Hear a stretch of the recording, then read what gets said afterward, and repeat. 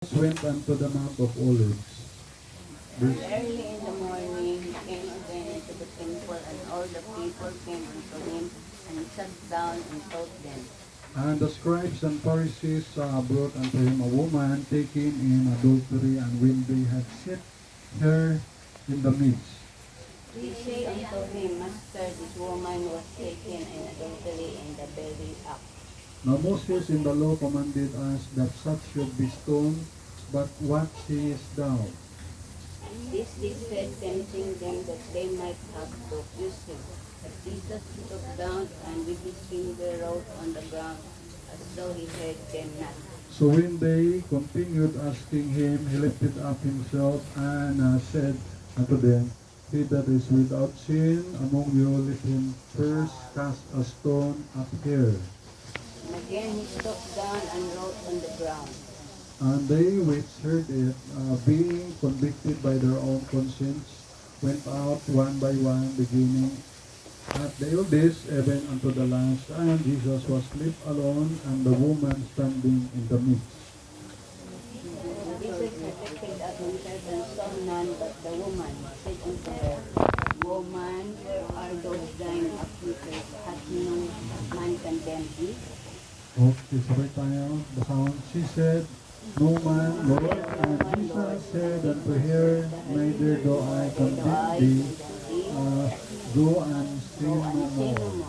Okay, yung title ngayong araw na to, The Beauty of Lord Jesus Teaching. The Beauty of Lord Jesus Teaching. Let us pray. Tayo mo ko, our God, our loving Father in heaven. Thank you po sa mga testimonies, sa mga right verses. Thank you sa Word of God. Thank you sa Holy Spirit. Help us. Help me, Panginoon. At meron kami mga blessings spiritual ngayon. Salamat po sa blessing spiritual.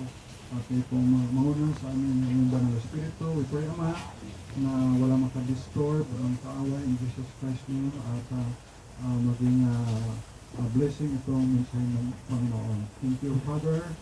Help us, help me in Jesus Christ's name. Amen. Thank you. Please be seated. Amen. Praise the Lord. Good morning muli sa inyong lahat. Ang title, The Beauty of Lord Jesus Teaching. The Beauty of Lord Jesus Teaching. So ngayon ay August 10. Happy birthday, Pau Pau. No, birthday mo, August 11 bukas. Ay, mas nagalit. Kasi kwan pa pala. Yung taga-Kwan Baptistas na yung people pala. 11 na kasi. So, praise the Lord, no, ng ito ang beauty, ito ay kagandahan, ito ay excellent, superior, or powerful teaching of Lord Jesus. I-compare sa mga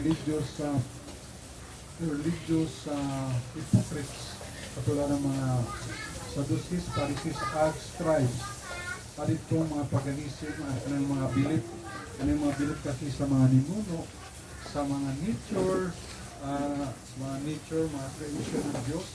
Yan ang dinidiyos ng mga unang tao, even emperor o leader nila. Kaya dito sa verse 1, mapansin natin sa John 8:1, and Jesus went unto the Mount of Olives. Si Lord Jesus ay pumunta sa bundok ng Olivo, Mount of Olives. Siyempre, anong gagawin Lord Jesus sa Mount of Olives? Siyempre, to talk to his Abba Father. Kasi kanyang daddy, pag sinabing Abba Father ay intimate relationship with the Heavenly Father. Tanda natin, iba yung Father, iba naman yung Son. Hindi pwede na ang Son, si Jesus, siya rin yung Father, ha? Tingnan niyo yan sa Colossians chapter 1, verse 2 and 3, tingnan nyo. Hindi pa kasi ang paniwala nila, si Lord Jesus rin yung Son, siya rin yung Father, siya yung Ama. Ay, iba naman yan. Ito, sabi sa Colossians, chapter 1, verse number 2.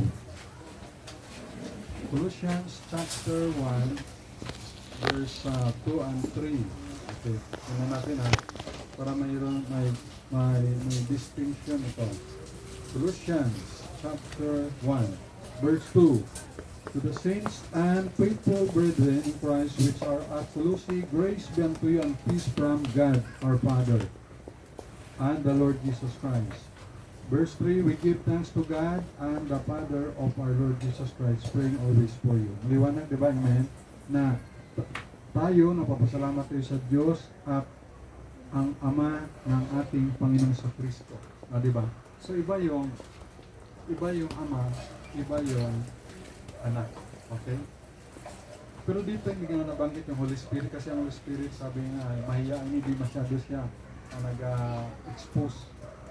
Kaya, nung nabaptize siya si Lord Jesus, nung nabaptize siya, hindi dyan nabaptize sa Jordan River, pagkabaptize sa kanya, mayroong boses sa langit na nagsabi, ito yung pinakamamahal kong anak na lubos kong kinalugdan. Pakinggan ninyo siya. So may boses sa langit yung Ama.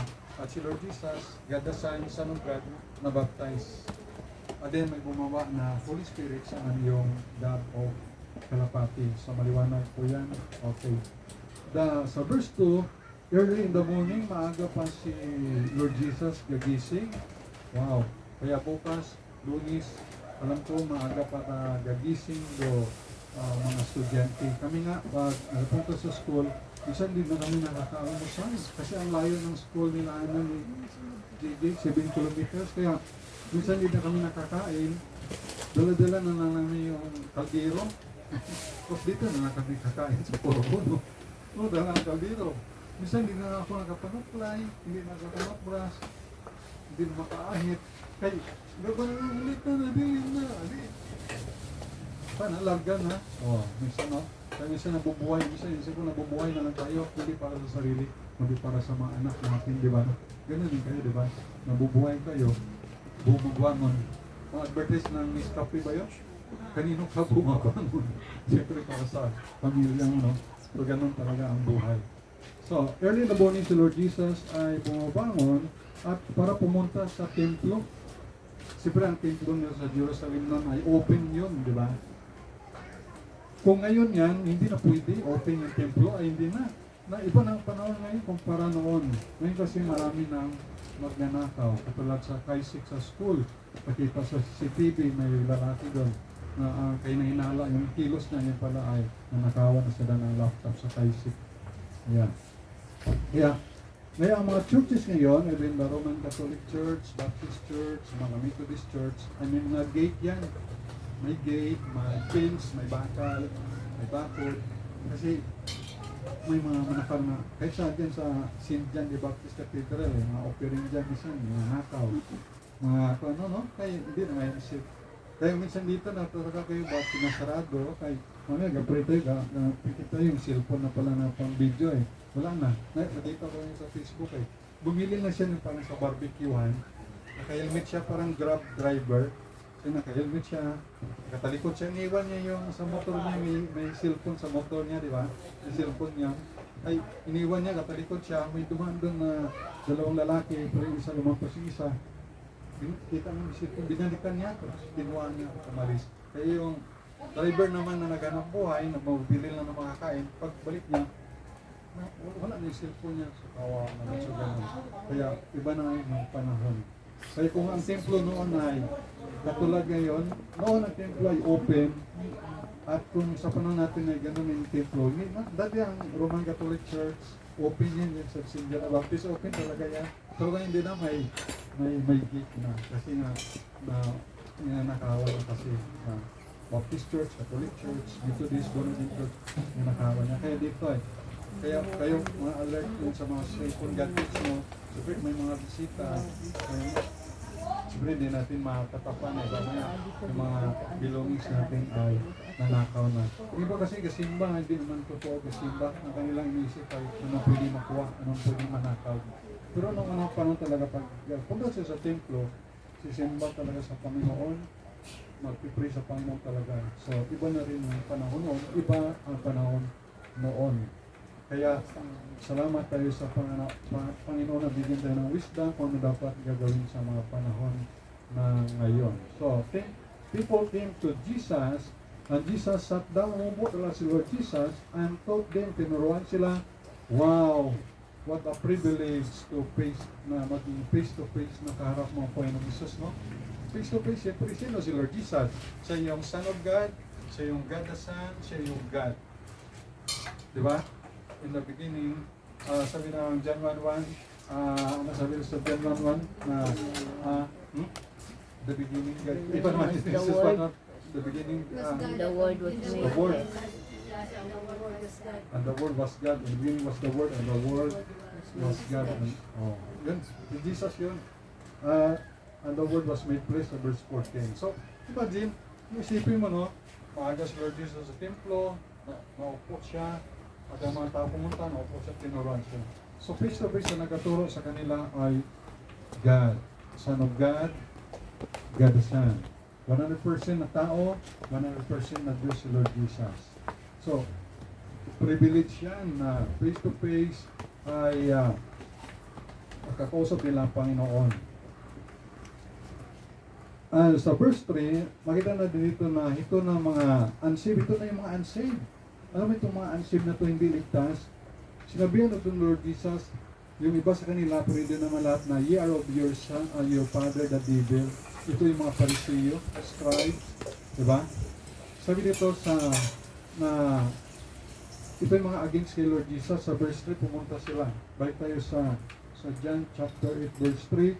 And the scribes, itong mga scriba, tagasulat yan, mga scribo, ang Pariseo, mga religious. Dati si Apostol Pablo, before siya nag-apostle, Pariseo rin yan.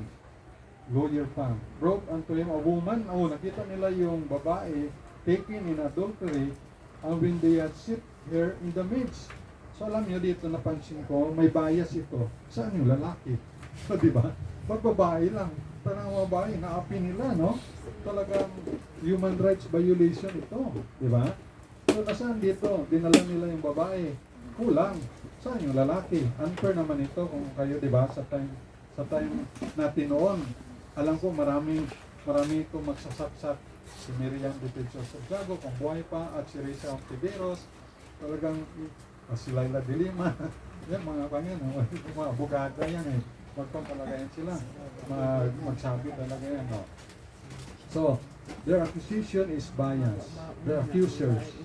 Where is the man? Bakit naman babae lang?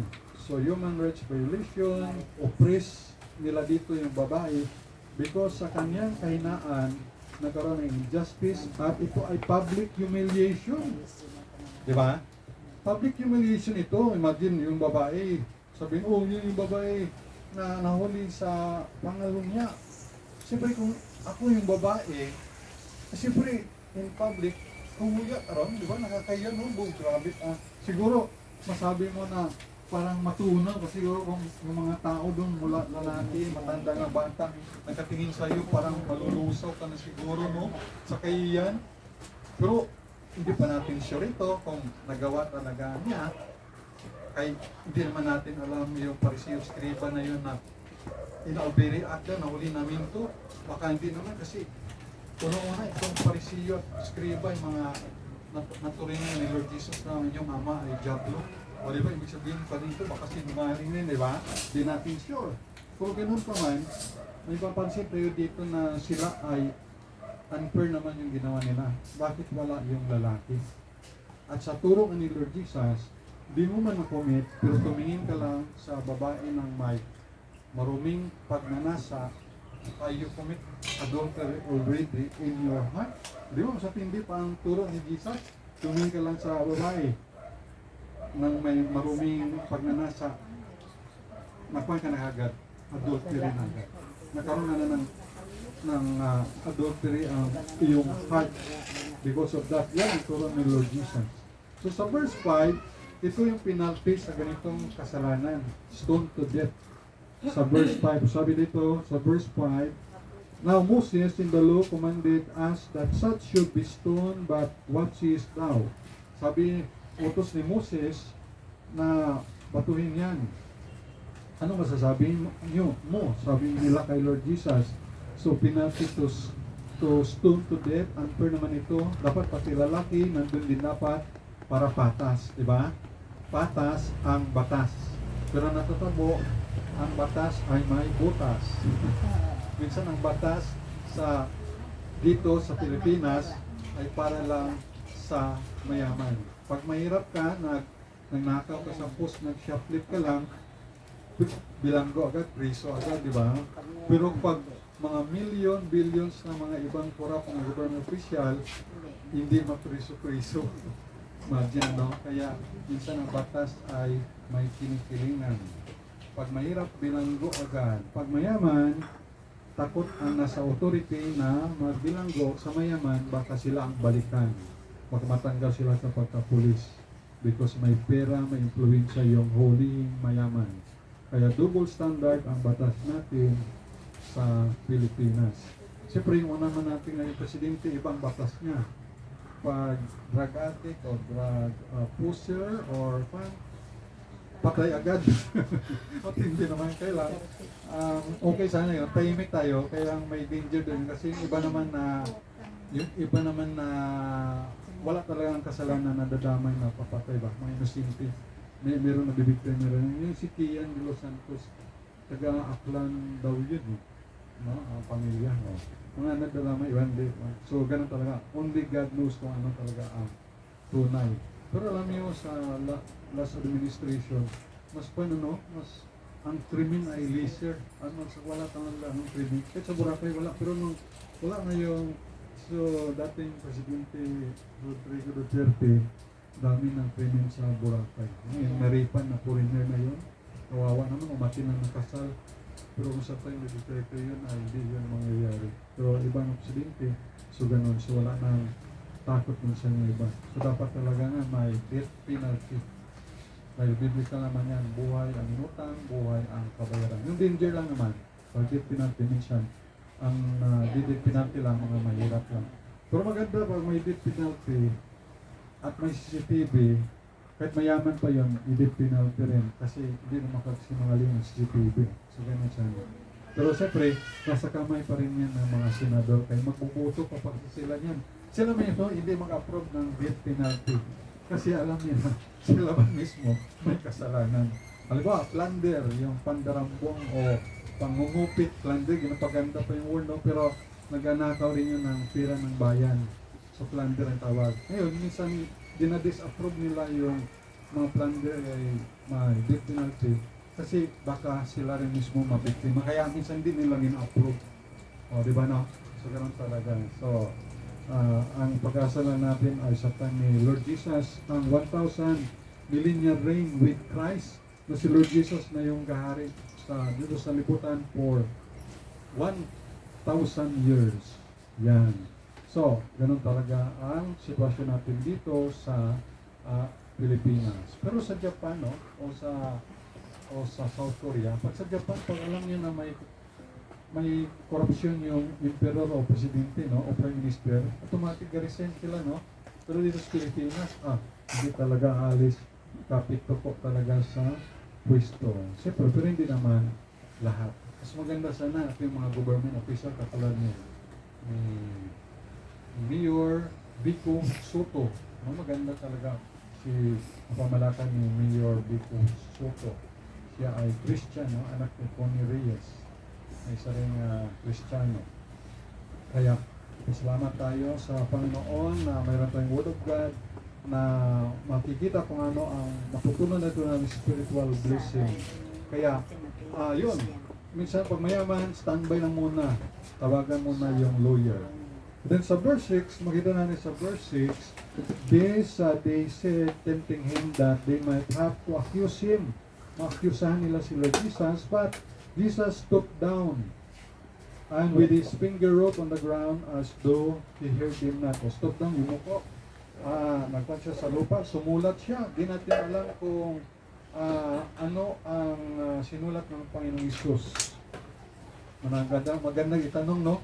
Pag nasa langit na tayo, o pag dumating si Lord Jesus, ano ba yung, curious lang po ako, ano ba yung sinulat mo sa lupa, Lord Jesus? Twice, di ba? Again, sumulat na sa verse dito mamaya. So, curious lang tayo, no? Pwede na itanong sa Panginoon, ano Lord, ang sinulat mo sa lupa? Tapos itanong, Lord Jesus, sino ang pumatay kay Ninoy Aquino? Kasi makarami ng presidente, hindi nila masolve. Marami na exciting na mga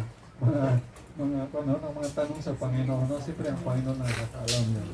So tanda natin, ang 1,000 years sa atin sa Panginoon ay 1 day lang. Okay? So 1,000 years sa atin, 1 day lang sa Panginoon. At the true motive ng mga scribes sa Pharisees ay item siya. Siya ay sinusubukan para ma-accuse siya. Kaya sumulat on the ground si Jesus. At we don't know kung ano ang sinulat ni Lord Jesus. Pwede rin natin yung tanongin pag sarangin na tayo. Sa verse 7, makulit talaga yung mga scribes na to at Pharisees. Sa verse 7, tingnan nyo. John chapter 8 verse 7, makulit talaga. So when they continued asking, he lifted up himself and said unto them, at sabi ni Lord Jesus, he that is without sin, among you let him first cast a stone at her. So, makulit talaga sila na nagtanong ulit sila sa Panginoon. Okay? So, the beauty of Lord Jesus teaching. Number 1, the beauty of Lord Jesus teaching. Number 1, the convicting words of Lord Jesus. The convicting words of Lord Jesus. Ito yung mga salita ni Lord Jesus na naka-convict talaga. Sabi niya, he that is without sin. Kung sino sa inyo yung walang kasalanan among you, mula bata, matanda, mga bata, lalaki man o babae, kung mayroong mga audience doon na babae, o susira, o maritis, that time, ay among you, let him first cast a stone at her. Kung sino ang kasalanan, siya ang unang bumato sa babaeng yan. Yun, yung mga feeling righteous, nakakala na pati yung mga scriba, parisiyo, feeling righteous sila, yun, napahiya sila. Tama yung sabi ng Biblia, ano ang itanim, aanihin rin. So, pinahiya nila yung babae, inani rin na, nahiya rin sila. O, natamimil sila, nga sila. O, sabi ng Panginoon, sino ang walang kasalanan sa inyo? Unang bumato sa babae. O, wala man, napahiya na sila. Isa-isa silang umalis mula matanda hanggang bata. Napahiya sila. Sila rin pala may kasalanan. Yan, pinahiya niya ang babae. Number 2, it will rebuild who we are. It will rebuild who we are. Marirebuild talaga kung sino tayo sa verse 9.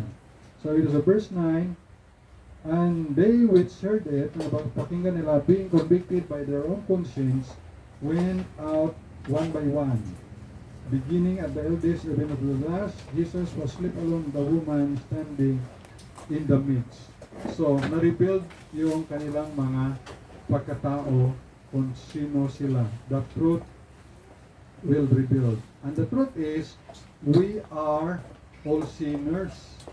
Romans 3:23, for all have sinned and come short of the glory of God.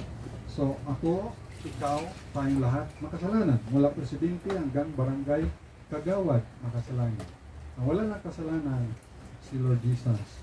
2 Corinthians 5:21, who knew no sin. Sila si Lord Jesus lang. Kaya nga ang dugo ni Lord Jesus bilang tao, silang pwede offer sa Diyos. Pampalubag loob sa kasalanan. Siya yung tawag na sin bearer. Si Jesus Christ yung sin bearer, yung kasalanan ng tagabuhat, tagaako, tagahakwat. Yan si Lord Jesus. Kaya siya lang yung qualified na magbayad ng kasalanan. Hindi natin alam, ba't yan ang Panginoon na nakasala yung tao, tapos papatawarin mo, tapos sarili mong buhay, dugo mo, iaalay mo sa kasalanan ng tao, ang tao na kasala, bakit ikaw po, Panginoon Jesus, ang magbabayad, di natin alam yan, ang ating isip ay finite, ang Panginoon ay infinite, di natin matungkad, di natin kayang malirik, di natin alam yun, yan tinatawag na mercy, abounding mercy ng Panginoon, gracefulness, ang kanyang loving kindness, ang kanyang pag-ibig talaga na so love, yan yung tayo kamahal ng Panginoon. At ano naman ng Panginoon na makakasala si Adam and Eve sa Garden of Eden? Alam naman ng Panginoon. So, knowing siya, pero pinitulot lang ng Panginoon. At siyempre, ayaw ng Panginoon yung mga tao pupunta sa impyerno, kaya gumawa ang Diyos mismo ng paraan through the Lord Jesus Christ. Pero kung may mga tao talaga ayaw gustong maligtas, kanila na yun. Hindi na nila pwede masisi ang Panginoon na ganito, na ba't kami sa impyerno naghihirap, ay mayroon ng panapain sa kanila, may warning, binigyan sila ng gospel missionary. Alam niyo sa Japan, Gula Sunday na nanood ako na sa Bethany Makati na nag-preach doon ng missionary sa Japan. Gusto kong balikan yun at i-record yung kanyang mga sinabi na nagbigay siya daw ng mga leaflet, babasahin, gospel tract or invitation. Nagbigay siya ng mga 2 beses na 7,500 na babasahin. Basta ang dami. Tapos ang mga nag-attend ng mana, yung mga halimbawa ay wakaabot, hindi ka umabot ng 10 o more or less 5 lang, mga ganun ba? So imagine, sa Japan, marami niya naibitan pero wala pa. Tapos mayroong church doon na medyo 40 years old church o above, ang membro lang ay 20 lang. Pero matagal na church, no? So ibang klase rin sa Japan pala. At ang tinuturo pala sa Japan na sa school ay panahon ng evolusyon. Tinuturuan pala yung mga Japanese na mga bata na galing sa unggoy yung tao. Wow! So mali yun. Kasi kung galing ang tao galing sa unggoy, dapat wala ng unggoy ngayon. Dapat tao na lahat ng unggoy. Di ba? Di ba? Pero alinon mo ay ganyan talaga. Maling turo. Kaya nga may mga mission. Sabi ng missionary na yun, kung pwede nga ako marunong magsalita ng Japanese, tatlo abit ng Japanese to na lingwahe. Tapos, kada karakter, di ba ang atin ay 21 at 26 lang? 26? Aday ko ay mga 40 plus na. Tapos tatlo pa rin di. 40. Well, dami mong memorizing. Ang alam ko lang na Japan word ay arigato. Arigato means thank you. Tsaka bansay ata. Bansay. Mabuhay. Bonsai. Iba naman bonsai. Kung yun, tanim yun. Maliit. Yun lang. So, ang dami palang mga pwede na. At ang Japanese people ay mas marami compare sa Pilipino. Sama sila sa top 10. Tayo lang ay top 13 sa populasyon. Populasyon nila mga 125 million, mga ganyan. So mas marami sila sa atin ng konti. So ang daming mga kaluluwa. At kabawal doon ang maingay sa Japan. Sakay ka sa train, sa elevator, tahimik ka lang. At puro sila work. At tuwa yung Japanese na young people, yung mga kabali, dahil may Pilipino doon, din-celebrate yung birthday niya. Ayun, yung Filipino missionary, yung pamilya, yung Japanese na young people, ay lingkwan siya nga, i-celebrate natin birthday mo. Tuwa yung Japanese na pang dalaga yun. Kasi, experience na siya na appreciate ba. At mas lungkot doon ang mga Japanese people, pag nag-birthday, nag-birthday naman ay mga 60, 61, nalungkot sila. Kaya isip nila, malapit na akong mamatay. Parang ganun.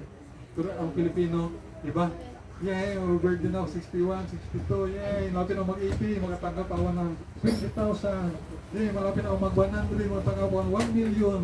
Iba ang mga Pilipino, iba ang culture natin. Tayo ay masaya pa. Sila ay seryoso at pag wala silang trabaho doon, walang trabaho ay nagamukmok na ba, nag-apply ng trabaho, pag-charge, pag nag-apply sa trabaho, tapos hindi matanggap, sino citizen, nagamukmok sa kwarto, hindi na maglabas ng bahay, na-depress mo sila. Pero mga Pilipino, tuloy pa rin ang buhay, tuloy pa rin ang laban. Iba talaga tayo, mga Pilipino. Siyempre meron tayong Panginoon sa Kristo. Sila kasi, ang religion ay Shintoism ba yun? Yan. It will reveal who we are. So, remember, we have all sin. We are all sinners. At another we have appointed time of death. Sabi sa Hebrews 9:27, and it is, good. Lupa-lupa siya. It is appointed unto men once to die, and after this the judgment. Hebrews 9:27. So yun ang katotohanan, we all are sinners, we have appointed time. So sana kung tayo ng Panginoon, ang edad natin ay 120 years old pa. Kaya sing edad tayo ni Moses. Gusto nyo? Gusto ko, ang edad ko ay 120 years old. bago ko hinapayan. Basta ang lakas ko, ganito pa rin. Ginansyado ako sa SSS.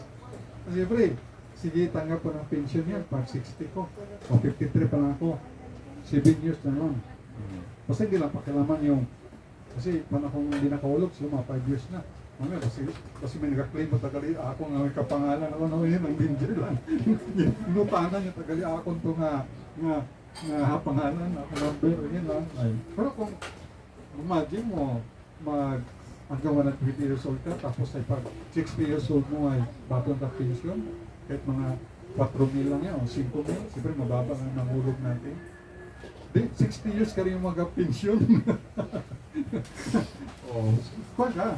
Hindi masyado ka. Yung iba naman kasi, pensionado ng sisis, tapos ay, pag 60, then ay, mga ilang months lang, namating na. Ay, lugi. Pinansyado ng sisis kasi, hindi nakatanggap ng pension. O, diba? So, ganun. Ba't napunta tayo sa pension? Ayan, it will reveal na ganun talaga na all have mayroong appointed time sa kamatayan. Pero hindi tayo takot because Jesus conquered death. Okay? So, mamaya nga, punta ko sa provincial hospital, sa abutan ko kayo nagahingalo na sinong Tony, yung anak. Yung anak nagsabi sa akin, wala daw pare kasi gasto to. Ikaw na lang nung sa hospital mamaya. At para sira din ng gasto ba. Sabi pare, kaya gasto na lang. Oh. So, and then, tanda natin na we are bound to hell. Wow. Totoo yan. Anong gagawin ng tao para pupunta sa impyerno? Wala. Wala nang gagawin kasi papunta na tayo doon. Sabi na Revelation 21 verse 8, at lahat ng sinungaling, murderers, mangkukulam, at lahat ng sinungaling ay sa dagat-dagatang apoy. Mas binabaga na rin gagawin, pero ito yung good news. There is only one hope. That is the Lord Jesus Christ na sa iyo na namatay sa krus, nilibing after 2 days muling nabuhay. Kaya yun ang pag-asa. Ephesians 2:8-9, for by grace are you saved through faith, and that not of yourselves, it is the gift of God, not of works, lest any man should boast. May sa Titus chapter 3, verse 5. Titus chapter 3, verse 5 hanggang 7. Ito ang biyaya ng Panginoong Isus sa atin. Titus chapter number 3. Titus chapter 3, verse 5. Not by works of righteousness which we have done, but according to His mercy, save us by the washing of regeneration and renewing of the Holy Ghost, which He shed on us abundantly through Jesus Christ our Savior, that being justified by His grace, we shall be made heirs according to the hope of eternal life. At ang katotohanan we are to face sa judgment seat of Christ. Individually, bawat isa sa atin, Romans 14, verse 12. Romans chapter 14, verse 12 na bawat isa sa atin ay harap sa Panginoon. Individually. Pero kung nga, dalawang iharap sa Panginoon, sarili ko at pati kayo, ibigay sulit ko pa kayo sa Panginoon. So, kumusta ang pag-alaga ko sa inyong spiritual life? Romans 14, verse 12. So then every one of us shall give account of himself to God. 2 Corinthians 5:10. 2 Corinthians chapter 5, verse 10. 2 Corinthians 5, verse 10. For we must all, lahat tayo, appear before the judgment seat of Christ, that everyone may receive the things done in his body, according to that he hath done, whether it be good or bad. So, lahat tayo magbigay sulit sa Panginoon. So, ingatan natin sarili at maging faithful, tapat tayo sa Panginoon.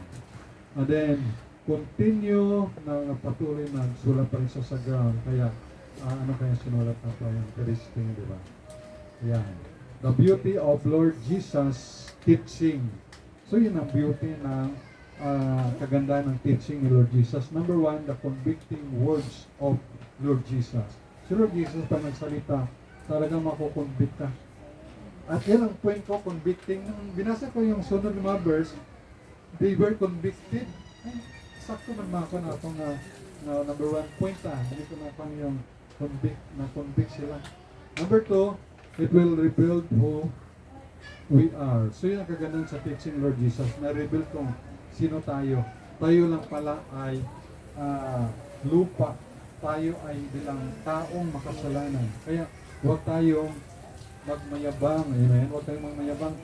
Pag mag-milyonarya na kayo, pag sikat na kayo, ay magpakumbaba pa rin. Kasi still nakatapak pa rin tayo sa lupa. Okay? So, tandaan po natin yan, no?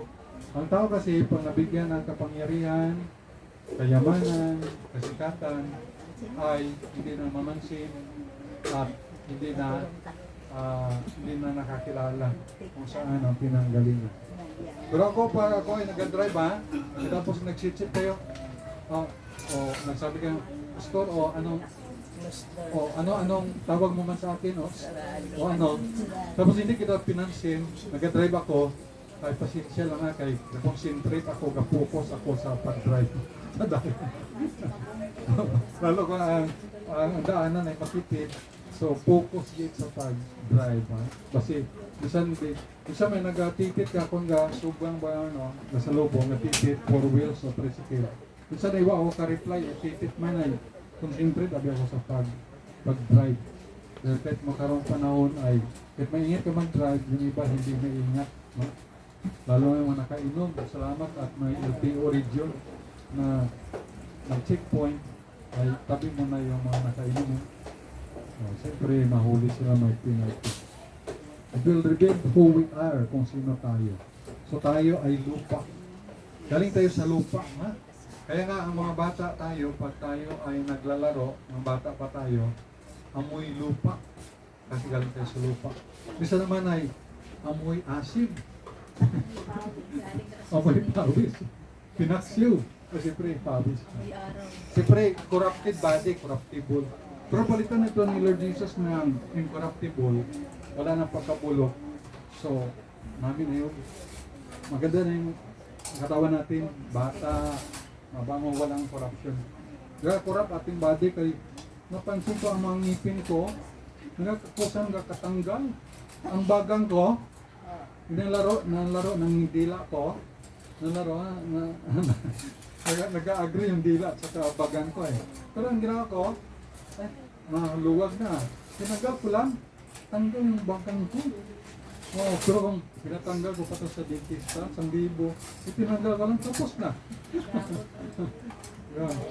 Kaya, kasi pala, corrupt na. Kaya nung bata pa ako, umili ko sa candy, tapos hindi ko papanot brush.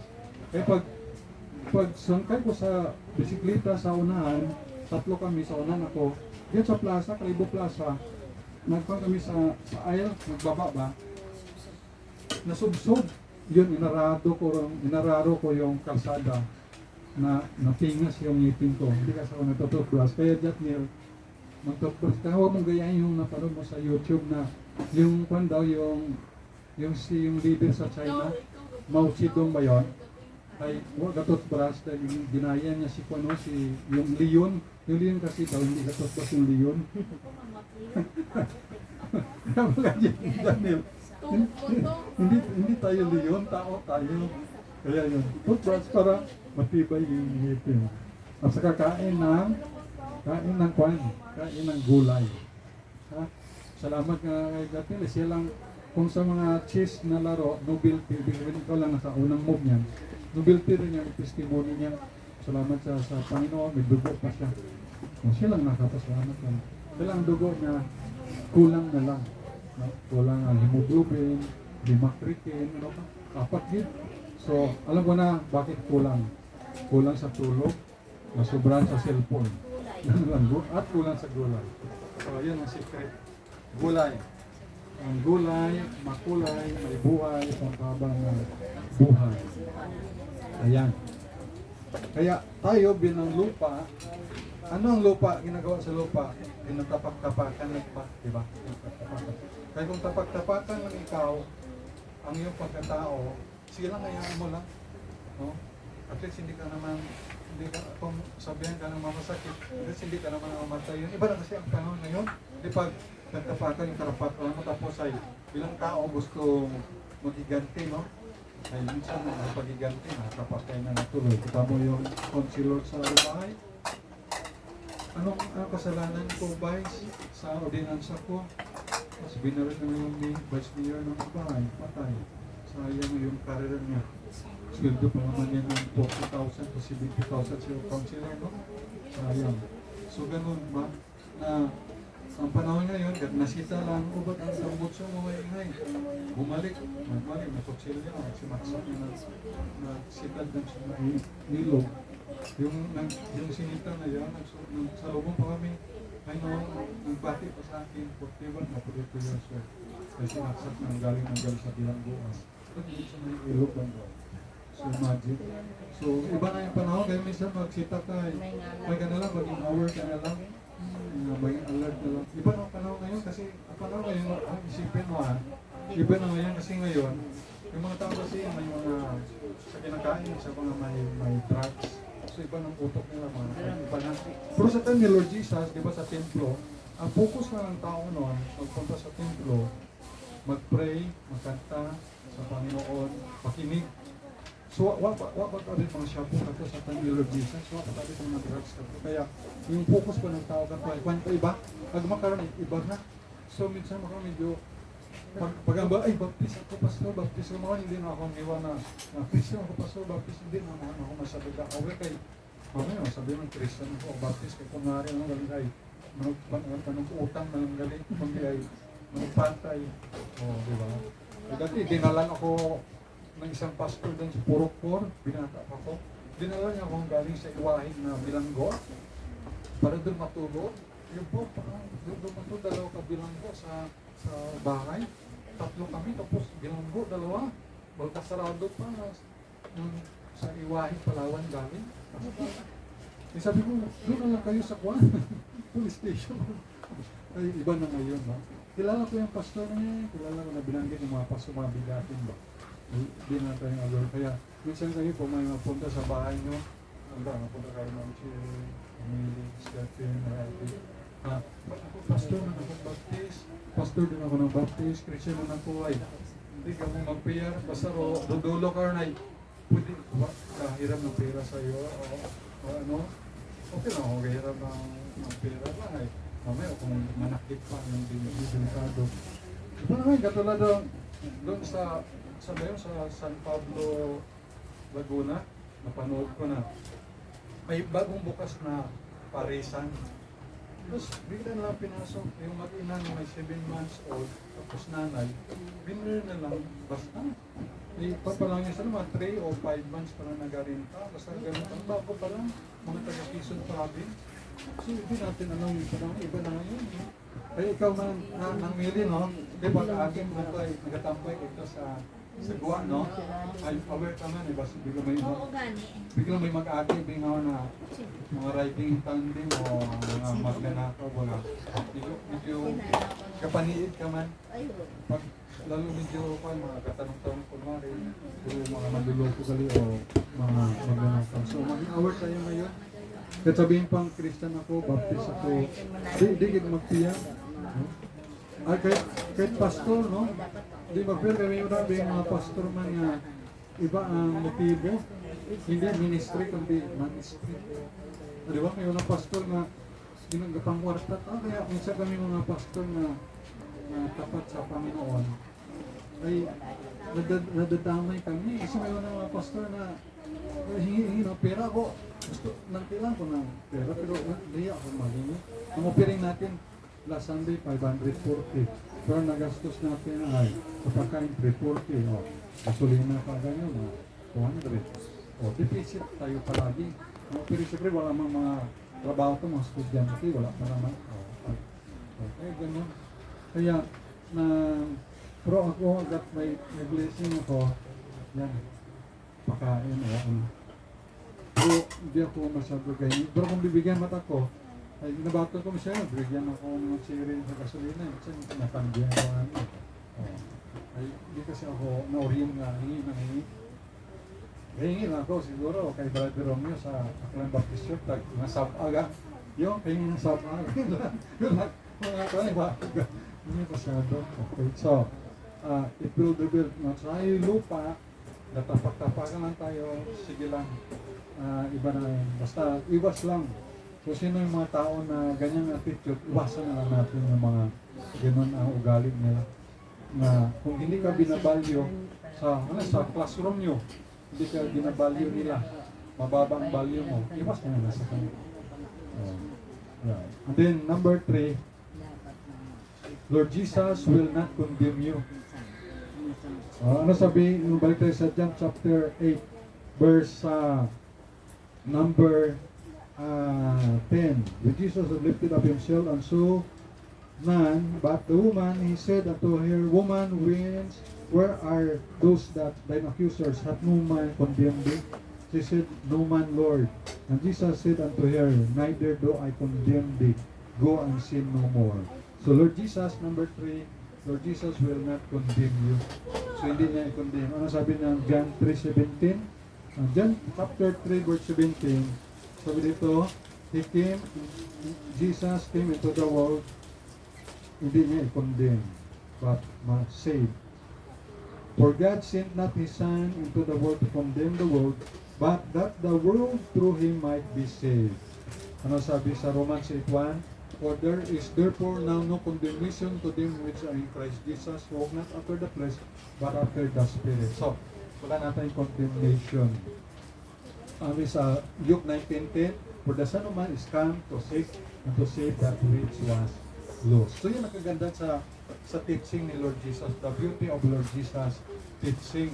Pero teaching ng ibang religion, anong gagawin sa hindi mga kaori natin?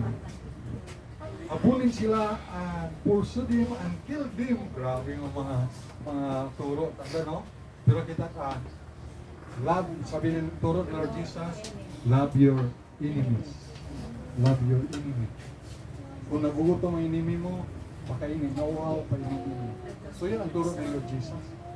The beauty, yan ang kakaiba talaga ang turo ni Lord Jesus. The beauty of Lord Jesus teaching. Na din, the last number 4, Lord Jesus will give you a second chance. Yan, sa verse 11. Ano sabi sa verse 11? Go and sin no more. Go, neither do I condemn thee. Go, humayo ka, sabi sa babae. Go and sin no more. Humayo ka. Diba, pangalan may Magdalena. Magdalene, go, halimbawa lang. And sin no more. Humayo ka. At huwag ka nang magkasala. Yan. So yan ang Panginoon, mayroon binibigyan niya ng second chance. But our God is a God of second chance. Sino yung mga Bible character na binigyan ng Diyos ng second chance? Si Moses. Si Moses ay nakapatay ng Egyptian, di ba? Nagtanggol niya yung Israelite, no? Naka-murder man si Moses. Pero binigyan siya ng Diyos ng second chance, binigyan siya ng pagkataon na maging leader din. Sino pa? Si David, nakasala kay Bathsheba ng adultery. Ibang klase nung unang panahon, nung paghari, makita ang gwapa, sino to? Ay, kunin niyo yun, asawa ko niyan. Parang kita, asawa ko rin, grabe sila noon. Ang hari, no? Pero ngayon, pag gawin niya ni President Bongbong, ay, gwapa na to. Kunin yan. Beauty queen yan. Kunin yan. Babo, nakanang babas. Basir. No, abot ang gabas. So, kato, hari, kunin lang. Oh, imagine. So, sino pa? Binigyan ng second chance si Rehab. Si Rehab isa ka-hostess. Pero, binigyan ng Panginoon ng second chance na naniwala sa Diyos ng Israel. At din sino si Peter? Sabi ni Pedro, Lord, hindi kita iwanan ka man ng lahat. Hindi kita itatatwa. Pero sabi ni Lord Jesus, Peter, pagka tilaok ng manok, ay 3 times yung itatatwa. Imagine, sa'yo na ni Lord Jesus na magtilaok ng manok 3 beses, no? Ay, Diyos yan, di ba? Yeah. Alam niya na kagad. Anong sabi ni Peter? Lord, hindi kita itatatwa. Pero, tinatwa niya si Lord Jesus. Pero, anong ginawa Lord Jesus? Binigyan siya ng second chance. At nagwali siya. Ang nagwali siya sa Book of Acts, and 3,000 souls saved and baptized. Imagine, ano? And then, sino pa? Si John Mark. Sabi ni Paul, si John Mark nga rin, iwan na lang ang bira, hindi mapakinabangan. Yung sumulat ng Gospel of Mark. Right doon, iwanan lang to. Tapos ay, Coleman, ay take John Mark, mapakinabangan siya sa ministry. So, second chance, binigyan na si John Mark. Ayan. So, ikaw rin at ako, we are recipient of God's second chance. So, Lord Jesus gave us second chance. God bless us all. Let's pray. Our God, our loving Father, salamat po sa inyong salita, the beauty of Lord Jesus' teaching. Salamat, Ama, na kami po ang nakasumpong ng kaligtasan to the Lord Jesus Christ. At thank you po kami naging followers, believers of the Lord Jesus Christ. Salamat kami naging Christian at hindi kami ibang religion. At ito ay excellent nito, superior, itong grupo mo Lord Jesus ang teaching mo. Salamat na meron kaming huwaran na kayo mismo Lord Jesus yung the great example. Salamat Ama sa mensahe, sa mga Sweet Holy Spirit at pasalan niyo Panginoon yung message at ang mixing invitation. Kung ang Panginoon nangusap sa iyo sa pamagitan ng mensahe at meron kang hingin sa Panginoon, meron kang sasambitin sa Panginoon second chance or mga request, let your request be made known unto God. Wala po tayong space dito sa altar call na mag-forward dyan lang sa upuan. And take a moment to pray to the Lord and talk to the Lord. Sige po.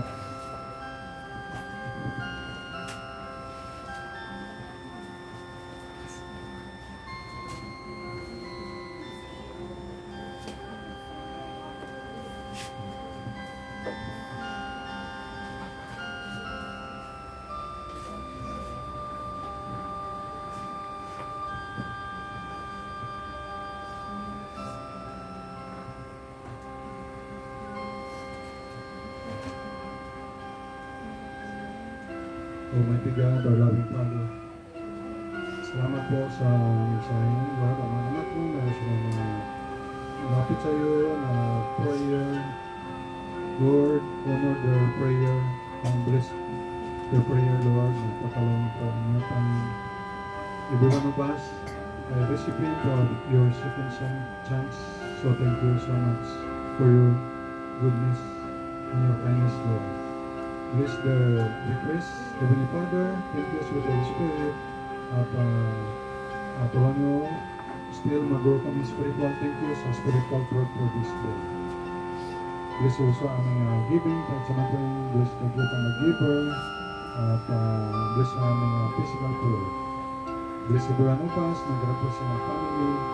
Bless we pray, in Jesus Christ's name, amen. Amen. God bless us all.